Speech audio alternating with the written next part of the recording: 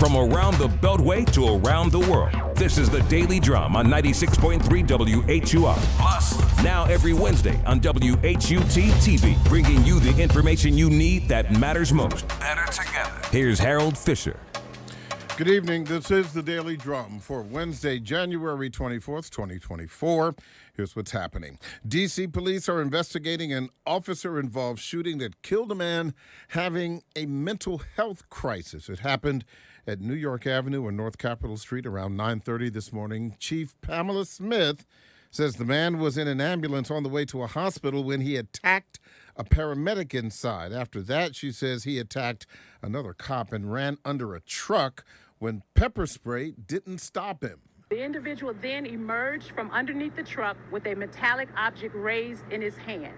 As officers continued to give directions to the subject to drop the object, the individual continued to move towards them with the object. At that time, one of our officers discharged his firearm. Chief Smith says a veteran officer who was able to calm the man and convince him to go to the hospital was the same officer who ended up shooting him.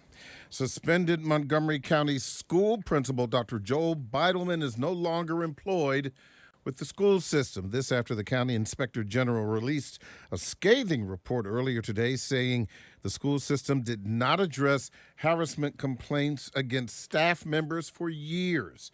Dr. Monifa McKnight said in a statement, these issues may not have started on my watch, but as superintendent, they will end on my watch. She said school board members asked her to resign earlier this week.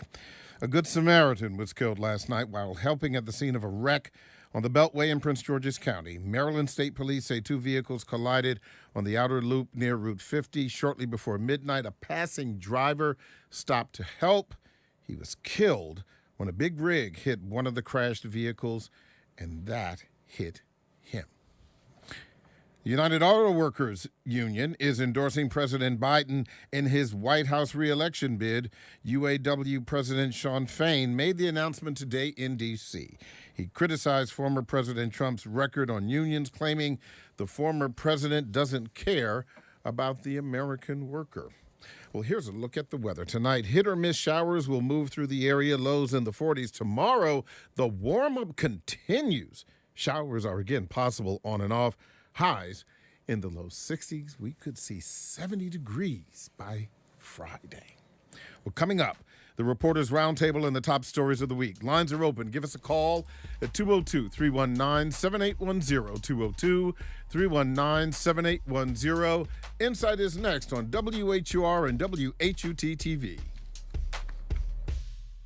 On the go and on demand, WHUR and WHUT are with you. Download the WHUR app today to get full access to shows, playlists, and our latest contests. To access WHUT on demand, download the PBS app and make Howard University Television your station. Catch up on our WHUT original productions anytime, anyplace on YouTube at WHUT TV. WHUR and WHUT, better together.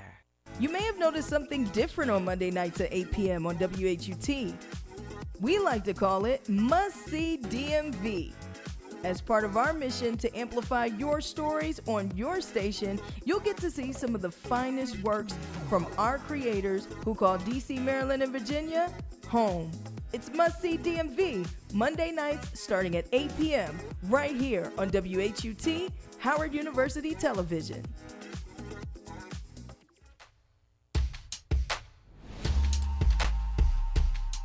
Going beyond the headlines to the deeper issues. 96.3 WHUR and HUR Voices, Sirius XM Channel 141. This is the Inside segment, where your questions and comments matter at 202-319-7810. Join the conversation. Welcome back to the Daily Drum on WHUR, WHUT TV, Sirius XM Channel 141 and 96.3 HD2. This is the Insight segment.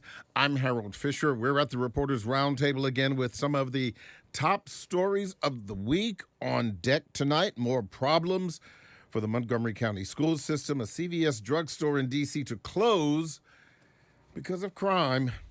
Are Washingtonians really excited about the Baltimore Ravens Super Bowl chances? And we're going to be talking about the Biden campaign and whether or not it needs to talk about something else other than abortion. My guests tonight are Jennifer Thomas, journalism professor at the Howard University School of Communications, Keith Harriston, reporter with HBCU Times Print Magazine, and Hamil Harris, reporter with the Washington Informer, and of course you, the listener and the viewer. Lines are open at 202-319-7810, 202-319-7810, or of course, I invite you to X me at HFisher, WHUR, or find me on Instagram at Harold T. Fisher. Jennifer, Keith, Hamil, thank you all for joining the conversation. Thank you for having us. Great. Thanks. It's great to be here. All right, Jennifer, let us first talk about the Montgomery County school system. Dr. Joel Beidelman, no longer with the school system. We don't know whether he decided to quit or was fired, but this has taken quite some time. Of course, he was accused of several bullying incidents, sexual harassment, and that's just the tip of the iceberg. Yeah, we've known. Well, thank you for having me, Sure. as always. Well, yes, it seems like there in Montgomery County, it's like what a tangled web we weave. Lots of issues over many years. It looks like things have come to a head with Dr. Beidelman there. And, then with Dr. McKnight, and she's getting a lot of support from many of the parents. But then we know many of the unions are asking her to step down, and she's saying she's not. So it's like, what's the undercurrent? We know that school system has had a myriad of problems, as you've said, over the years. So I'm not quite sure what will happen next. She's saying that she's going to look into all of the things that have brought forth with the firing of Dr. Beidelman. But then others are saying, well, what about her? She's saying she's not going to step down. So I'm not quite sure. Yeah. What to make of it all. Keith? It seems like there's some negotiating going on between her side and the Board of Education right now, which you would expect.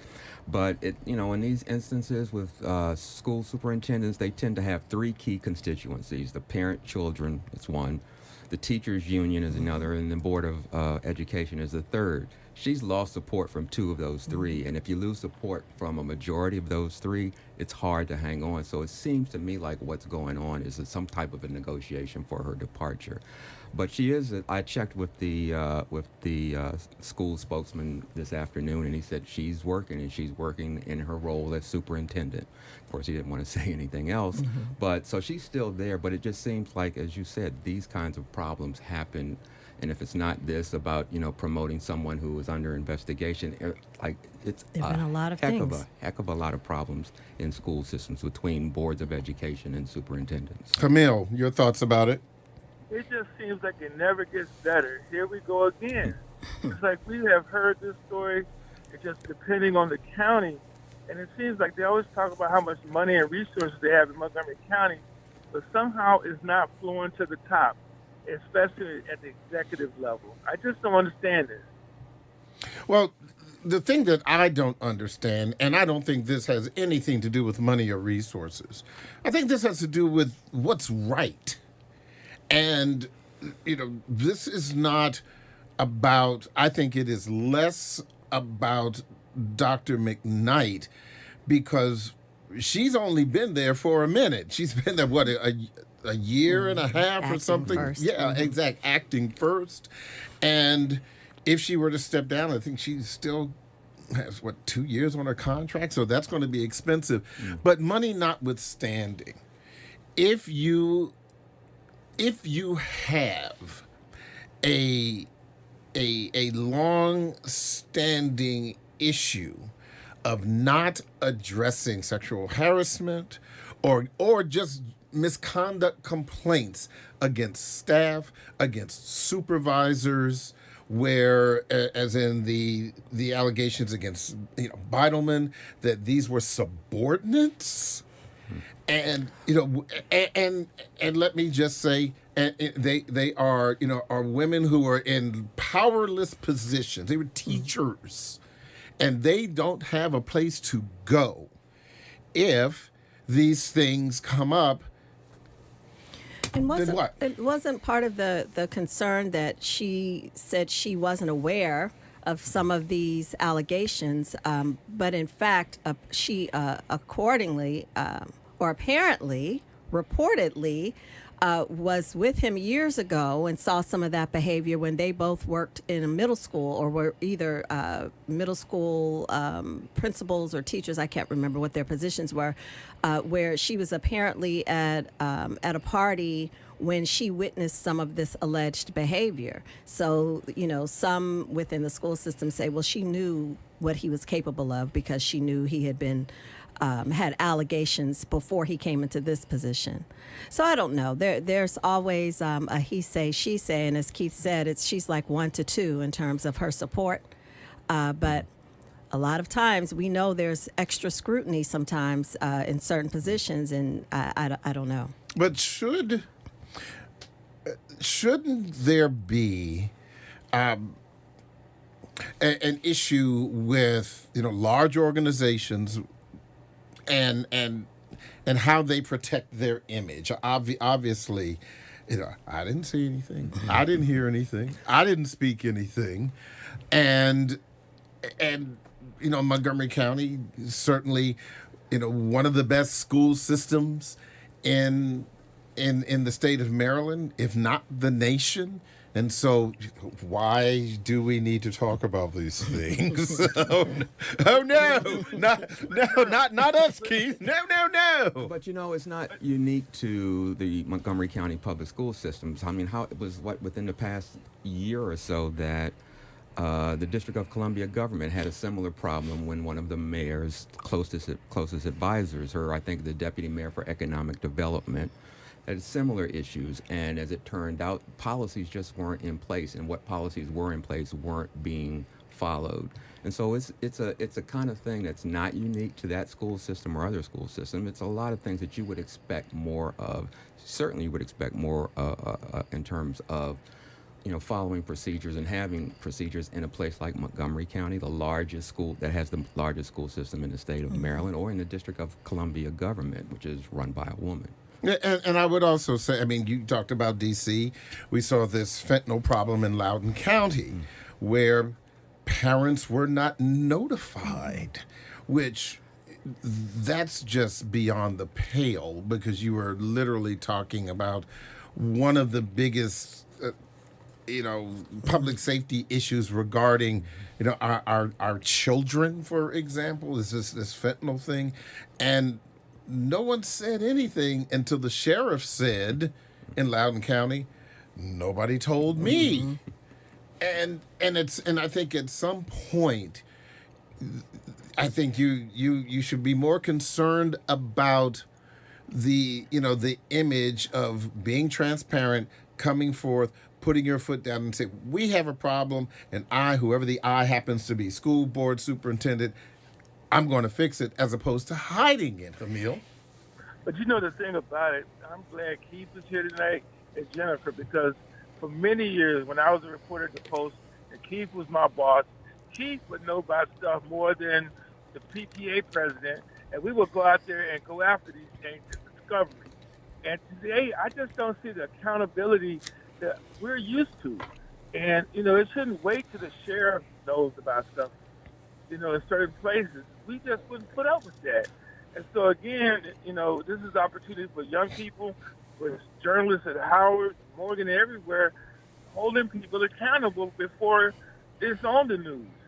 Well, I would say, yes, that is our job, but we're not talking about our job. Right. We're talking about the we're talking about the responsibility of the people, for whom our taxes are supporting their school system. And piggybacking on what Hamil said, and Keith, you can respond since you all work together. But when it comes down to it, it's about the safety of the children. And if there are allegations that a principal, who the children are supposed to respect and look up to, if there are allegations of him sexually harassing anyone, and there are parental concerns, that should be addressed. And we're in an age where anybody can find out anything as quickly as you can blink an eye. So the fact, when you think about, I didn't know, we know ignorance is no excuse in a court of law. And when it comes to these things and it involves the school system, you can't say you don't know. And it always goes, it's from the top down. We know that. Responsibility starts at the top. 202-319-7810. 202-319-7810. We are at the Reporters Roundtable talking about some of the top stories of the week. We invite you to give us a call and comment and share your thoughts about some of these stories that we are talking about. So give us a call at 202-319-7810, 202-319-7810. We will be talking about these issues until just before 8 o'clock, so I'm looking forward to hearing from you. And even as we move on to some of the next topics, if you want to take us back to some of those with your comments, I certainly invite you to do so. I do want to talk about this issue in Columbia Heights with the CVS closing next month because their shelves are bare, and not because there's a sale, Keith. People are stealing. It's kind of like, it's very heartbreaking because you remember last year, D.C. Council member Trayon White, when they were talking about the Safeway in Ward 8, and he had that press conference and he said, I need you all to stop stealing in order to keep this resource in the community. You know, it is fact. First of all, people who live near that CVS and depend on it, it's sad. And the pharmacy? Yeah. Yeah. But here's the thing. You know, the National Association of Realtors did a survey of their members last year, and 41% of them said they have a policy that if anyone shoplifts individually or as a group, that their employees are not supposed to confront those people. They just let them go. This has been a policy for a long, long time. But here, check this out.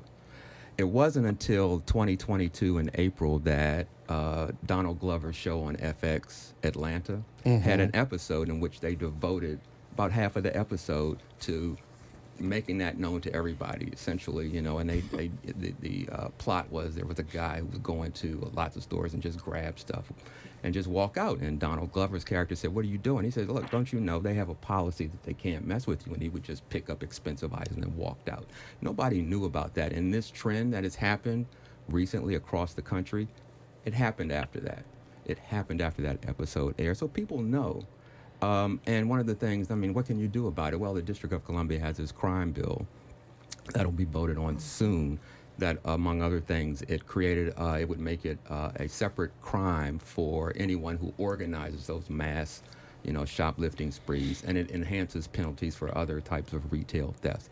I don't know whether that's going to stop all these things because, you know, the policies at the store level still are going to be not to confront people who come in and grab merchandise and walk out. Yeah, and obviously that policy is to protect the employees. I had a family member who used to be a manager at a CVS. He was not afraid to confront them. He's no longer there. He decided he had enough. But and I'm glad that he has moved on to another much more lucrative career. But at the same time, I think, policies notwithstanding, I think it is a sad commentary on where and how the district continues to struggle with this issue of crime. It's gotten really out of control. And, you know, the Secure DC legislation that Keith is referencing, you know, many people are saying it's a little too late. Too much, too little, too late, like the song goes. You know, to your point, I mean, I was in a store around the holidays and the cashier said how people have come in, you know, groups have come in with an officer standing right there and walk out. And she's like, take what you want. So if we know that, you know, it's affecting our communities more, as to your point, more than any other. So what are they to do? It creates that vacuum now of for pharmacies. Yes, there's one in Adams Morgan. There's a CVS also in Georgia Avenue. But this is the community there. We're hurting ourselves. We're shooting ourselves in the foot. And I think I saw one of the local reports had one resident who said, I don't blame them. I wouldn't be here either. And then another woman who said, this is pathetic. Because now this is affecting our community. And it's like we continue to hurt our own. We continue to, you know, do damage to ourselves. Yeah. Hamil? You know, we spent so much time in the planning of Columbia Heights. I remember when that store went up. And then now it goes down. And you got to go right over to Walmart that was on 8th Street. You know, you have all these stores, and they look at the numbers. And the bottom line is that, you know, this is something that they continue to rob. We play this shell game, but I don't see anything changing. And that neighborhood has a lot of professionals in there, people going in and doing things, you know. And so it's like we have the same scenario on a different block. Yeah. I want to go back to the phone lines real quick. 202-319-7810. 202-319-7810. We are at the Reporters Roundtable talking about some of the top stories of the week. Let's talk to Renee calling from Columbia. Renee, thanks for calling. What's on your mind? Hi. Hi. I've known Joel Biderman for about 2 years, and he's very arrogant. And a piece that's been left out of the narrative is, for those of us who knew him or were friends, he was like, I'm black, I'm a doctor, I'm a member of a fraternity, I can do whatever I want. And that's why it happened. He felt like he felt like he was unstoppable. And his behavior was pervasive. It wasn't just in the schools, it was in social settings. And he was very proud of the fact that he was close to the superintendent. He wore it like a badge of honor. So the House of Cards only fell down because the Washington Post had outside receipts from T-Mobile. If the Washington Post hadn't broke the story, he would still be the principal of Paint Scratch because everybody at Central Office was protecting him on down, from his fraternity members to other black people who did not want to see a black man with a doctorate fall. But many knew and many covered for him. Renee, thank you so much for your phone call. 202-319-7810. 202-319-7810. Kim calling from Silver Spring. Thanks for calling, Kim. What's on your mind? Kim, are you there? Yeah, I'm here. Go right ahead. Yeah. So what I'd like to say is simply that Monifa is the vestiges of what has happened in MCPS for years.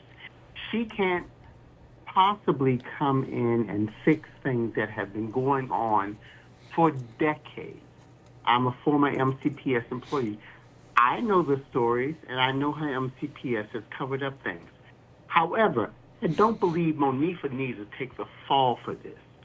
Some of the things that Dr. Biederman did were, without question, unacceptable. And he needs to pay the price, but I don't think the whole system needs to come down because of it. I think this is reminiscent of a Claudine Gay example. And I don't know how many of you remember, but in 1999, we had another candidate, African-American female, who was going to be the superintendent of MCPS. And a little bit of dirt came out about her, and she rescinded her superintendency candidacy. So I think we need to look at the systems and the structures of systemic racism to identify what's really happening here. You could, perhaps, say that, Kim, this Office of the Inspector General report is saying that we need to look at the systems and the structures of the Montgomery County school system as a whole. They want to throw the baby out and the bathwater. They want to start from the very bottom. And hopefully after they get themselves together, at least they'll be able to say, well, maybe now we're here and get this stuff squared away. Kim, thank you so much. I appreciate your phone call. 202-319-7810. 202-319-7810. We're at the Reporters Roundtable talking about some of the top stories of the week. Ty calling from D.C. We're going to talk to you next. Please do not hang up. You will be able to hear the program. Lines are still open. We're going to take a break, but don't forget you can hear every edition of the Daily Drum Inside segment via podcast on WHUR.com. And don't forget you can download the 96.3 HD2 app on your smartphone and hear the program in its entirety. Stay with us. The Daily Drum will continue on Sirius XM, WHUT TV, and 96.3 HD2. I'm Harold Fisher. John Mons is next with the original Quiet Storm. That's going to be on WHUR. We'll be back in just a few seconds. WHUT is dedicating weekdays at 10:30 a.m. to bring you the best of our locally produced series, like our Arts and Artists show, Artico, our energetic music series, DMV The Beat. Get Out. When I wrote that song, we were fighting. And stories highlighting the endurance of the human spirit with legacy. He used to say to me all the time, when I die, the newspaper's yours. So remember, tune in weekdays at 10:30 a.m. Howard University Television PBS and WHUR 96.3 are joining forces Wednesday nights at 7 p.m. as we bring you Harold Fisher and the Daily Drum live as we take you inside the stories of the DMV. We've got the experts and the people that matter most to help you make informed decisions for your family and your community. That's the Daily Drum, Wednesday nights at 7 p.m. live on WHUT and WHUR. Better together.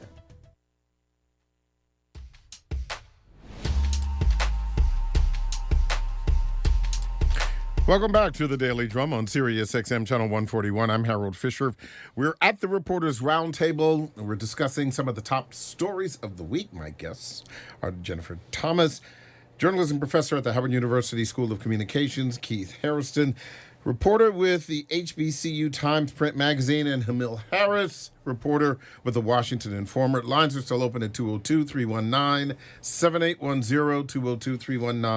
202-319-7810. You can X me at HFisherWHUR or find me on Instagram at Harold T. Fisher. Let me go back to the phone lines. Ty, calling from D.C. Thanks for hanging in there with us. What's on your mind? Yeah, I just called in about the CVS closing in Columbia Heights. I just left there. And, you know, the one thing I think that we're highlighting is the actions of the individuals who are stealing, and I'm all for accountability, but we're also ignoring some of the environmental factors that are happening with our leadership. When Mayor Barry was in office, you know, there were a lot of youth summer programs and a lot of economic empowerment opportunities for people in this city. And a lot of that is gone now. And I found out that one of the crime statistics is over 60% of the violent crimes being committed in this city are by youth under 18. I think this is a serious, pervasive problem, and we really need to address it. Instead of just looking at the outcomes, let's get to the root of the issue. Hamil, the lady makes a great point. As you know, the D.C. Summer Youth Employment Program opened on Monday. Great program, 45 years old now, but last year I think there were about 1,400 jobs. This year there are only 1,200 jobs. And some people may say, well, that's only 200 jobs, but that's 200 young people who will not have an opportunity to make some money and get some experience and be in a position that could very well change their life. That's right. In fact, Keith knows this. You remember when I was the city hall reporter, there were thousands, like 20-some-odd thousand young people. Where did they all go? I mean, and they had a corporate responsibility. Because I remember when the Mayor Barry came up and said, how many people is Donald Graham hiring and stuff? You know, nobody was immune to this. And so now it's like we're talking about 1,200, just a small portion. So obviously there's an issue. But again, we seem like we're just still in the responding mode, the reaction mode, the street corner press conference mode. Teenagers, as the caller pointed out, kids younger than 18 do this. What other opportunities are available for them in the city? And the city's response largely has been, we're going to toughen crime. We're going to make, we're going to increase jail sentences for these kinds of things.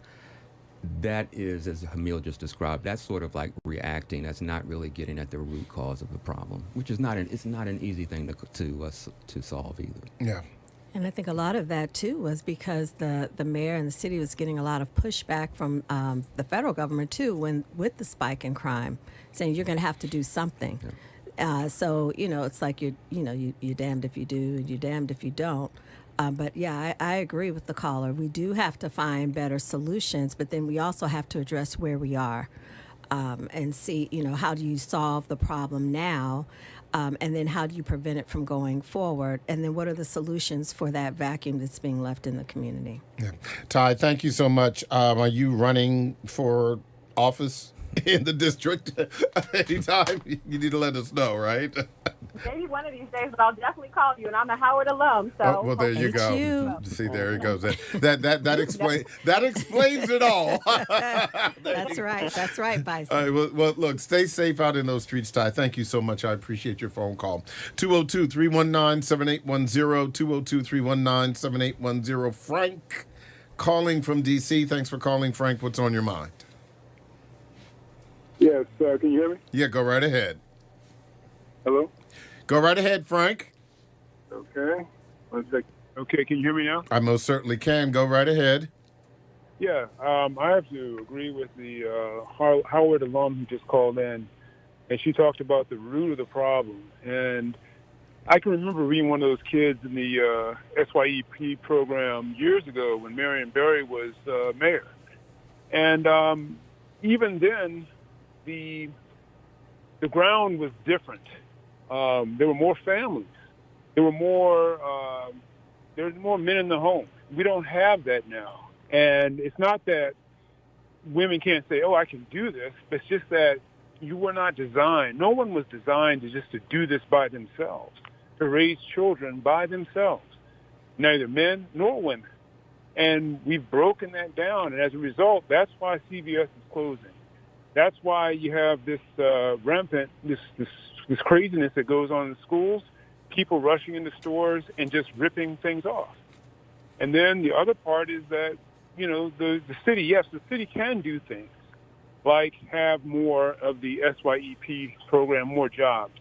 But we have to go back to the root, and the foundation is the family. We've changed the definition. We said it's not really that important. And as a result, we are now reaping our consequence of that decision that we've made. So I'm not saying that, you said, well, we got to do something now. I said, listen, we need to talk to our young people and tell them it's okay to do these things, to wait and not just to run out and just run amok. Whether it's having children out of, wedlock, whether it's, going into stores and ripping things off, we have to have structure. We have lost our structure. And that's what I feel. Because years ago, it was a lot different.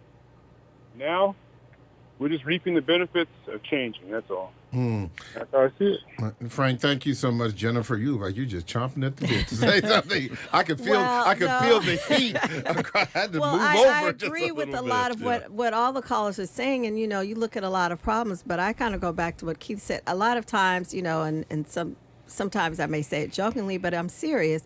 I blame social media for a lot of these ills and issues that we're having now because, back in the day, and I can say it, we're all around the same age group in this room, a little here or there. And some of us more here than there. Right. But we did not have, I say that to my students here at Howard all the time. We didn't have a phone that we wake up to, every moment of the day and learn, from watching things and watching videos, how to do things and how to commit crimes and how to just do things that we shouldn't do. We're not using it to learn and to read and to, read books online. We're getting into all kinds of things because, to the caller's point, we are not doing anything at home. We're not in a community program. We're not doing things after school because what? Because they've cut out a lot of after school programs for students. So what are the kids supposed to do? So it's a cyclical problem. And we're reaping the benefits, I think, of the past 10 years or 20 years where kids have so much access to social media that they're not socializing and they're not learning socialization in ways that we did when we were kids. They don't go out and play until the lights come on.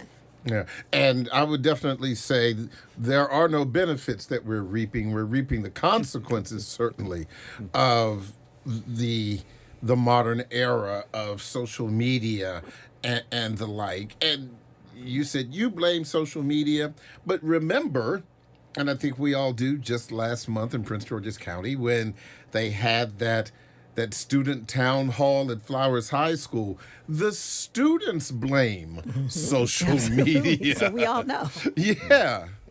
But somebody has to be the grown-up and real. How can you have a Jennifer Thomas who missed Howard University in 1987, and her father was a minister. She went to BBS. She went to Sunday school. She managed to do well.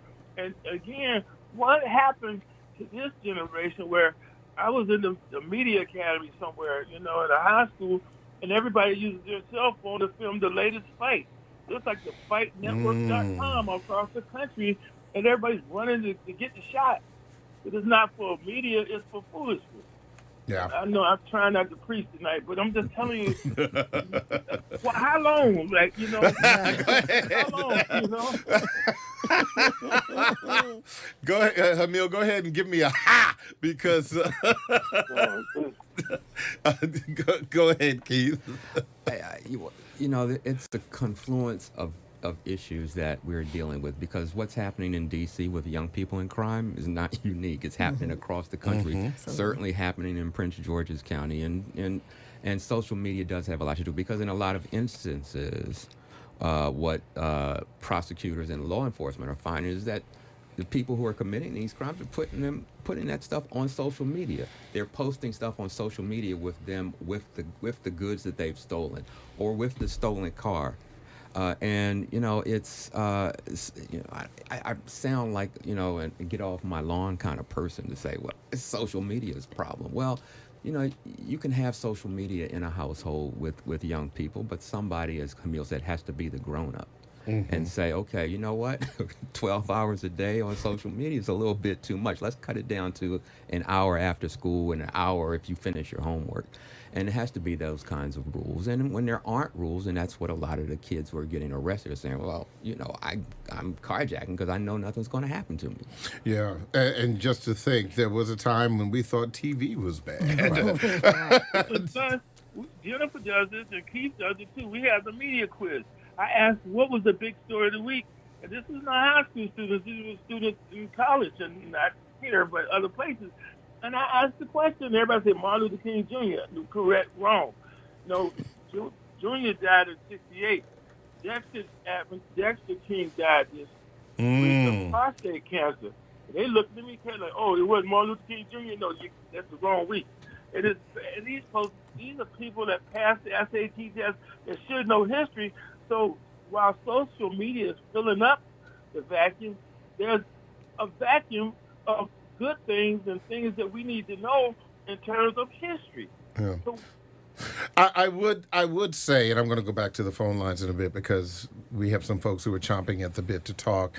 I would say, and I was really touched when watching the press conference on Monday about the DC Summer Youth Employment Program. This is not a plug, should be, but it's not, about the Young Docs program, because before it expanded to what it is now and doing what it's doing at Howard University Hospital, they were working out of the Ark on Mississippi Avenue, and the founder and executive director, he had been on this program. Full transparency, back then I had actually made a little donation to them, because it wasn't just what they were teaching these young people about, CPR, but it was having them have on those white coats and the self-esteem and the pride that those young people felt. And that is something that is truly priceless. And some of the guys that I met, they come from some of the most difficult communities in DC. But to give them an opportunity to see down a road that said, I could be a doctor. I could save lives, which means I could head down a road, which means I will not take lives. And I just think that it's a wonderful program. I certainly hope that they continue to be successful. Let me go back to the phone line, 202-319-7810, 202-319-7810. Stacy, calling from Hyattsville. Thanks for calling, Stacy. What's on your mind? Stacy, are you there? One more time for Stacy. Stacy, give me a call back if you can. Let's go to Stan, calling from D.C. Thanks for calling, Stan. What's on your mind? I couldn't get down the road with you. Yeah, so I was calling in reference to the stealing out the stores and all. Go right ahead. Well, what they got to understand is that with these cell phones and teaching them everything, all they doing is having these kids all of them meet at the same store and go in there and bum rush the store and take everything out of the store like it's something planned. It ain't nothing planned. The kids just know how to use the cell phones, and they generate information off of that, and that's how they act. There's no guidance in the home. The grandparents are out gambling at the casino. So, I mean, we got some rough times in here, and nobody wants to sit down and talk to the kids. Yeah. They're scared of them. You do make a very, very good point. Thank you, Stan. I appreciate your phone call. I want just the grandmothers, though. It's people who drive through there every day and run like to get through there. I mean, you see the young people. They used to call it the broken window theory. When you see a busted window, people feel, well, they don't care about our neighborhood, so why should we care? Right. It's like we're going backwards. So it's not just, the little old people who try so hard, Yeah. I want to move on to the next topic, just to lighten the load, just a little bit. And here's, I think this is the question of the day. Can Baltimore Ravens quarterback Lamar Jackson save us from a Taylor Swift Super Bowl? I don't know. I do not. That's right. Look, today we heard from Roquan Smith. He's a linebacker for the Ravens, and this is what he had to say. If something is in your way and you've been dreaming for something your entire life, busting your tail day in and day out for something, and are you going to allow something to stop you? You're going to give everything in your human power to make sure that that's not the case. And that's how we look at it. And I know we're going to play that way every given play. So tune in Sunday. Get your popcorn ready. Get your popcorn ready.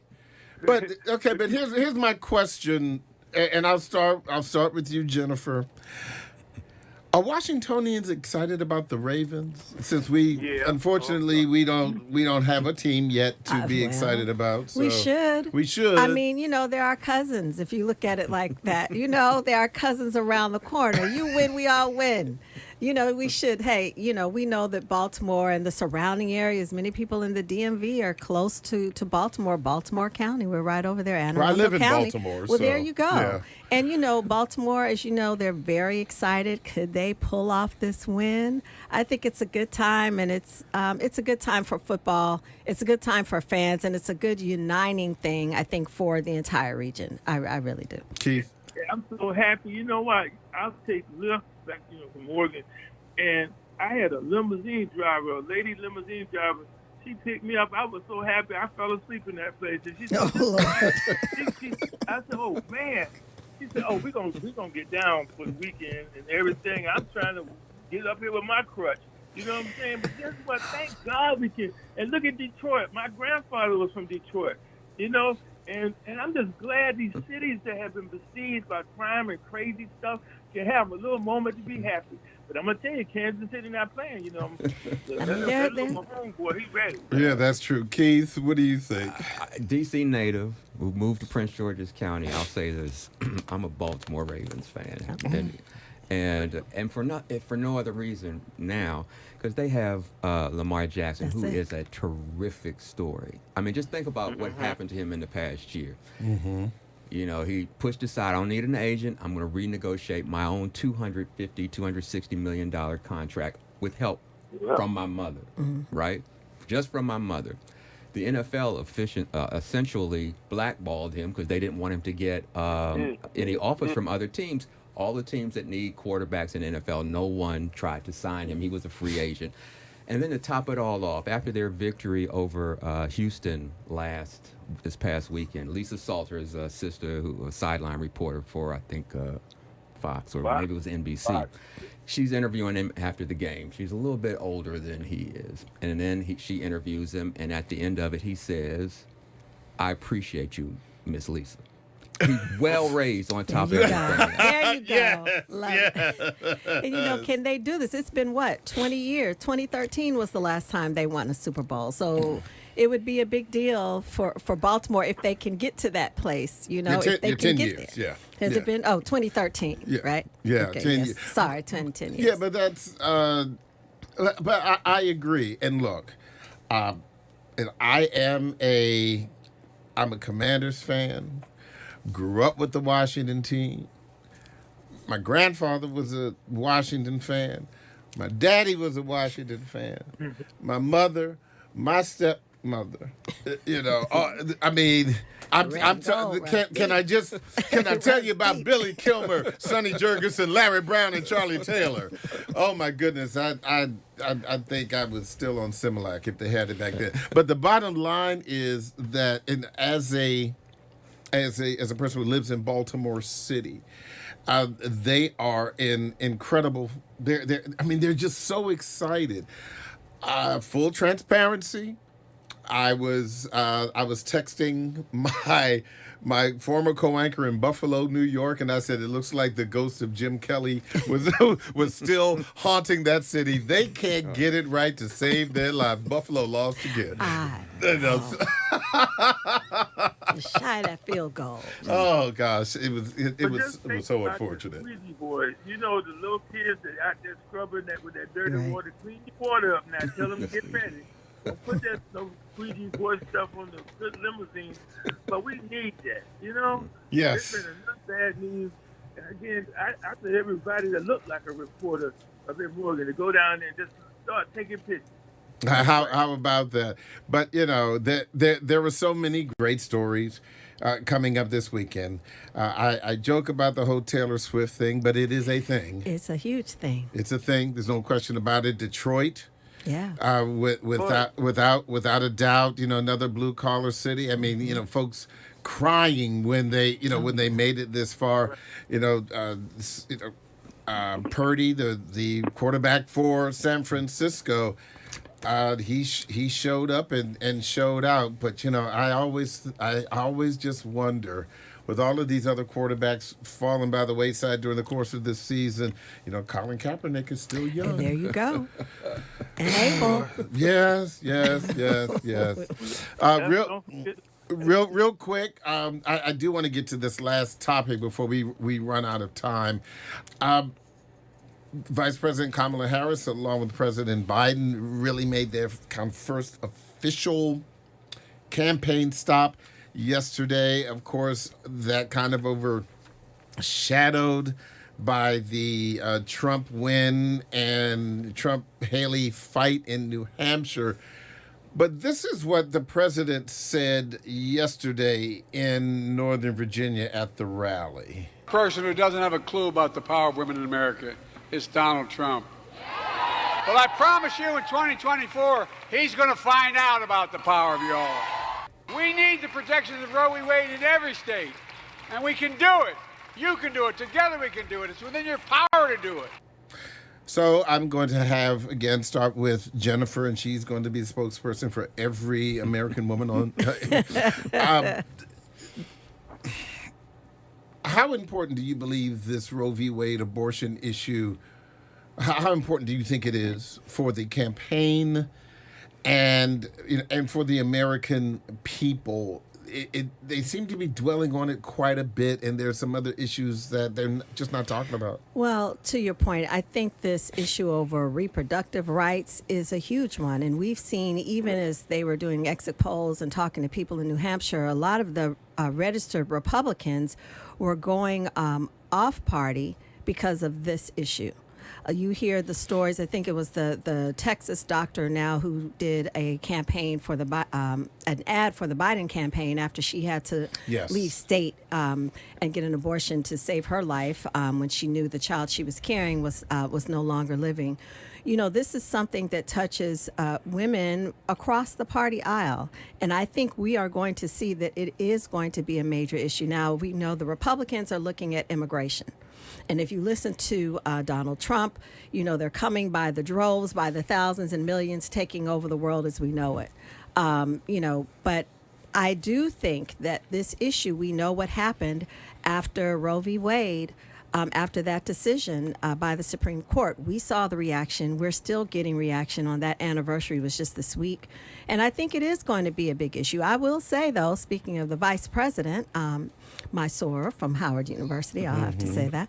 But I will say that I am glad that the vice president has her on this issue and not on immigration like he did when, you know, they first came in office. Like, she could solve that issue, you know, by herself at the beginning of their administration. But I do think it is going to be one of the key issues. We know that, you know, when it comes to the economy and health care, you know, the economy is doing well. But what is that one issue that people are going to resonate with? I think that is one of them. Keith? Yeah, I think that is the issue. Reproductive rights. It's got to be their top issue. It worked for the Democrats in the midterms after Roe v. Wade was overturned, and it will work again. They all know it, and they're clear, and that's why they launched their campaign essentially with that issue. But there are other issues because they've got to bring that coalition back together and get them out. And in my view, it's two things that are connected. It's voting rights, and that's connected to the question of, do you really want to give Donald Trump 4 more years to fill the federal judiciary and the U.S. Supreme Court if any vacancies come up? Because that's connected to voting rights issues. And so I would expect at some point to hear Biden and the vice president both talking about those issues as well. What about you, Hamil? Well, first of all, he has to deal with Nikki Haley. And Nikki Haley said that she's not... Who has to deal with Nikki Haley? Who has to deal with Nikki Haley? Donald Trump has to deal with Nikki Haley. And I watch this thing like a clock, and I know what I'm talking about. You watch this. And Haley is not doing I'm going to bow out and let him go, you know, get coronated or whatever. She's doing whatever. And I think women are starting to think about this thing in the greater, you know, they're thinking about Roe versus Wade, thinking about other things, thinking about all the stuff, how Trump brags about things. So he was so confused, he didn't know it was Haley or Nancy Pelosi. So, you know, it's clear that Mr. Trump has a little more on his hands than he thought he would. But the thing that I was asking was whether or not the Biden campaign should not expand its argument as it begins to march towards November beyond abortion rights, reproductive rights. Yes. In fact, they need to reignite the church, the African-American church. They need to get out there. This is not some little easy-beasy thing he has to deal with. And again, you miss people like Reverend Jackson and people who are out there and in your face and stuff. And so, again, yes, they need to do all of the above.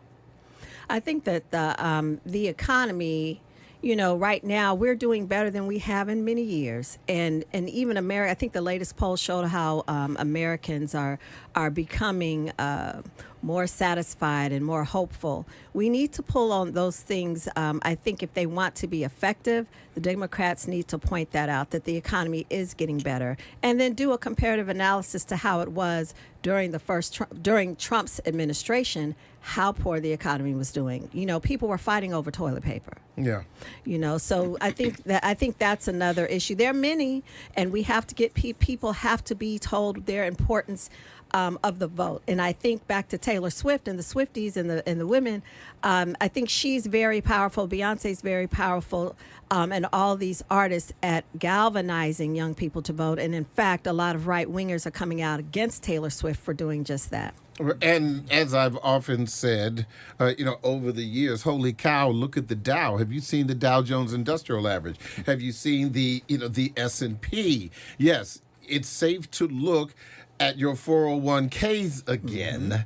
And I think that the economic message is is critically important, but you've got to give people something to really be excited about right now. And I do think that reproductive rights is one leg of the stool, but if you're not talking about the economy, if you're not talking about the infrastructure bill, because that money's starting to trickle down now to the states and to the cities, and women care about more than just reproductive and rights. Education. I mean, there are a lot of things that we can point at to see, what I think an effective tool would be for the Democrats to show what a Biden campaign can do versus what will happen if he is not in office. And I think people have had a little bit of amnesia because Trump is not, he's been quiet. He hasn't been attending these debates.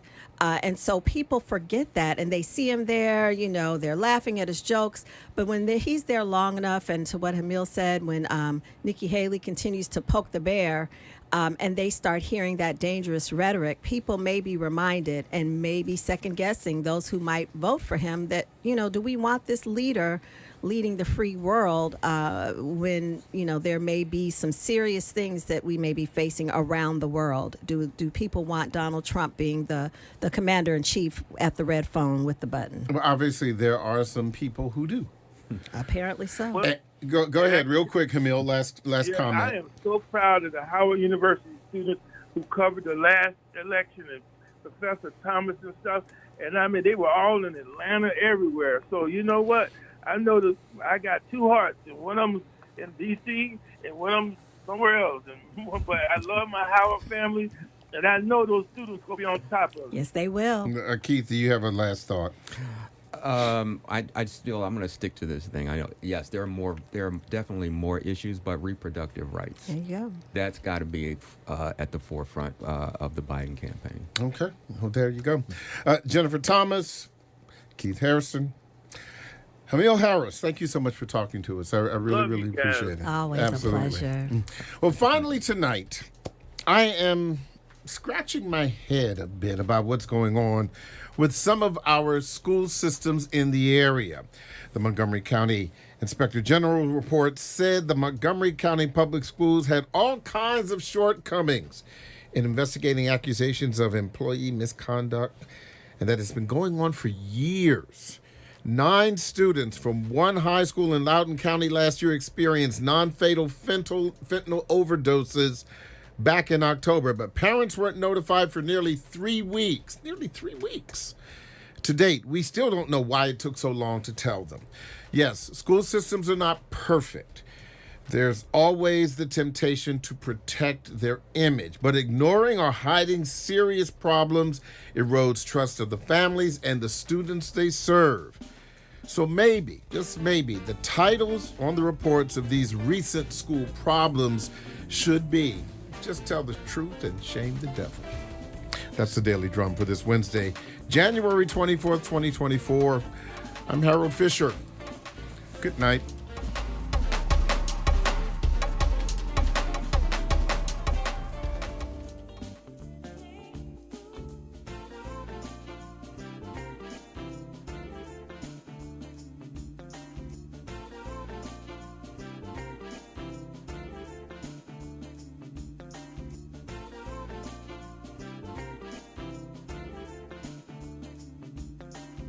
This program was produced by WHUT and made possible by contributions from viewers like you.